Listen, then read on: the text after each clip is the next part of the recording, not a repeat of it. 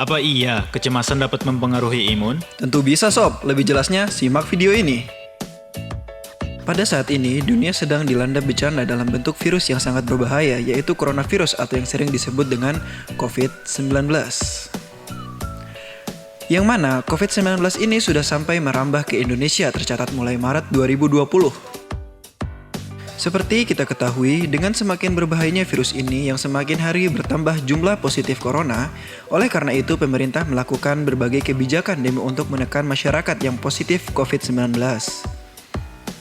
Mulai dari himbauan di rumah saja, dengan cara kerja di rumah, sekolah dari rumah, dan ibadah dari rumah.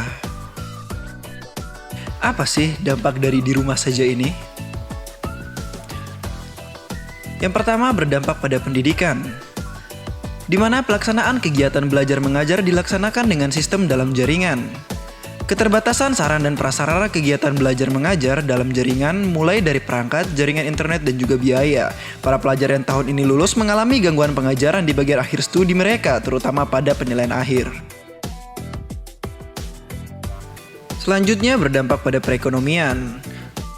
Turunnya jumlah pelanggan transportasi terjadi di hampir setiap mode transportasi, mulai dari transportasi udara, darat, dan juga air. Pengangguran meningkat karena banyak pekerja yang dirumahkan atau bahkan diberhentikan. Dampak selanjutnya adalah dampak psikososial. Terjadi kecemasan pada masyarakat umum, tidak mau datang ke fasilitas kesehatan karena takut tertular, takut kehilangan mata pencaharian, tidak dapat bekerja dan dikeluarkan dari pekerjaan. Merasa tidak berdaya untuk melindungi orang terkasih, kecemasan pada tenaga kesehatan, stigmatisasi terhadap orang yang menangani pasien COVID-19 dan jenazahnya, tuntutan pekerjaan yang lebih tinggi waktu kerja yang lama, jumlah pasien COVID-19 yang meningkat. Kemudian rasa takut petugas garis depan akan menularkan COVID-19 ke teman dan keluarga karena bidang pekerjaannya. Melihat dampak yang begitu berpengaruh pada masyarakat tentunya mempengaruhi tingkat kecemasan masyarakat termasuk kita. Kehadiran virus COVID-19 telah merusak tatanan kehidupan manusia di seluruh dunia.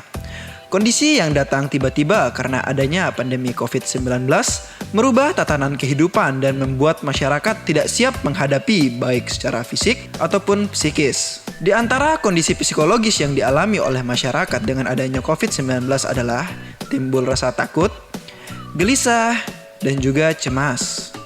Menurut American Psychological Association, kecemasan merupakan keadaan emosi yang muncul saat individu mengalami stres dan ditandai oleh perasaan tegang, pikiran yang membuat individu merasa khawatir dan disertai respon fisik, seperti jantung berdetak kencang, naiknya tekanan darah, dan gejala lainnya. Beberapa faktor yang dapat menyebabkan cemas pada masa pandemi COVID-19 ini adalah: yang pertama, kurangnya informasi mengenai kondisi pandemi. Terlalu sering membaca berita yang terlalu heboh di media massa dan juga media sosial. Kurangnya membaca literasi terkait dengan penyebaran dan mengantisipasi penularan virus. Mengapa cemas berpengaruh terhadap sistem imun? Sistem imun terbagi menjadi sel yang membunuh virus dan sel yang membentuk antibodi. Saat cemas, tubuh mengirimkan sinyal ke otak dan mengeluarkan hormon stres yang akan menurunkan sistem imun. Bagaimana sih cara mengelola cemas? Yang pertama, memahami tentang COVID-19, baik penularan, pencegahan, pemutusan infeksi virus lewat social distancing, dan juga cuci tangan. Dengan memiliki pemahaman komprehensif menyangkut stresor yaitu COVID-19, maka diharapkan diri lebih tenang dan lebih siap menghadapi segala kemungkinan di tengah wabah ini. Yang kedua, berbincang dan berbagi cerita. Berbincang dan berbagi cerita dengan orang-orang dapat dipercaya bisa membantu mengurangi rasa tertekan yang dialami. Yang ketiga, menjaga gaya hidup sehat. Seperti makan makanan bergizi, istirahat yang cukup, berolahraga, perawatan diri, dan lain-lain. Yang keempat, sabar dan beribadah. Sabar dalam Islam adalah mampu berpegang teguh dan mengikuti ajaran agama untuk menghadapi atau menentang dorongan hawa nafsu. Orang yang sabar akan mampu mengambil keputusan dalam menghadapi stresor yang ada. Yang kelima, bersyukur dan berserah diri. Salah satu kunci dalam menghadapi stresor adalah dengan selalu bersyukur dan menerima segala pemberian Allah Subhanahu wa Ta'ala. Selanjutnya adalah doa dan zikir. Apabila ada kekhawatiran terhadap suatu ancaman, maka sandaran kepada Allah Subhanahu wa taala senantiasa melalui doa dan zikir. Melalui zikir, perasaan lebih tenang dan juga khusyuk, yang pada akhirnya akan mampu meningkatkan konsentrasi, kemampuan berpikir secara jernih, dan emosi menjadi lebih terkendali. Kesimpulannya adalah, penting bagi kita untuk dapat mengelola stres agar tidak mengalami kecemasan yang berlebihan, sehingga perlu bagi kita untuk dapat mengelolanya, baik dengan cara menghindari penyebab kita mengalami kecemasan, meningkatkan pengetahuan dan informasi, mengubah pola hidup sehat, dan menghindari penyalahgunaan zat, serta mendekatkan diri kepada Allah Subhanahu wa taala dengan cara sholat, berdoa, berzikir, dan juga kegiatan ibadah lainnya. Dengan mengelola kecemasan yang kita alami, diharapkan kita tetap dalam kondisi yang sehat, tidak hanya sehat psikologis, tetapi juga sehat fisik.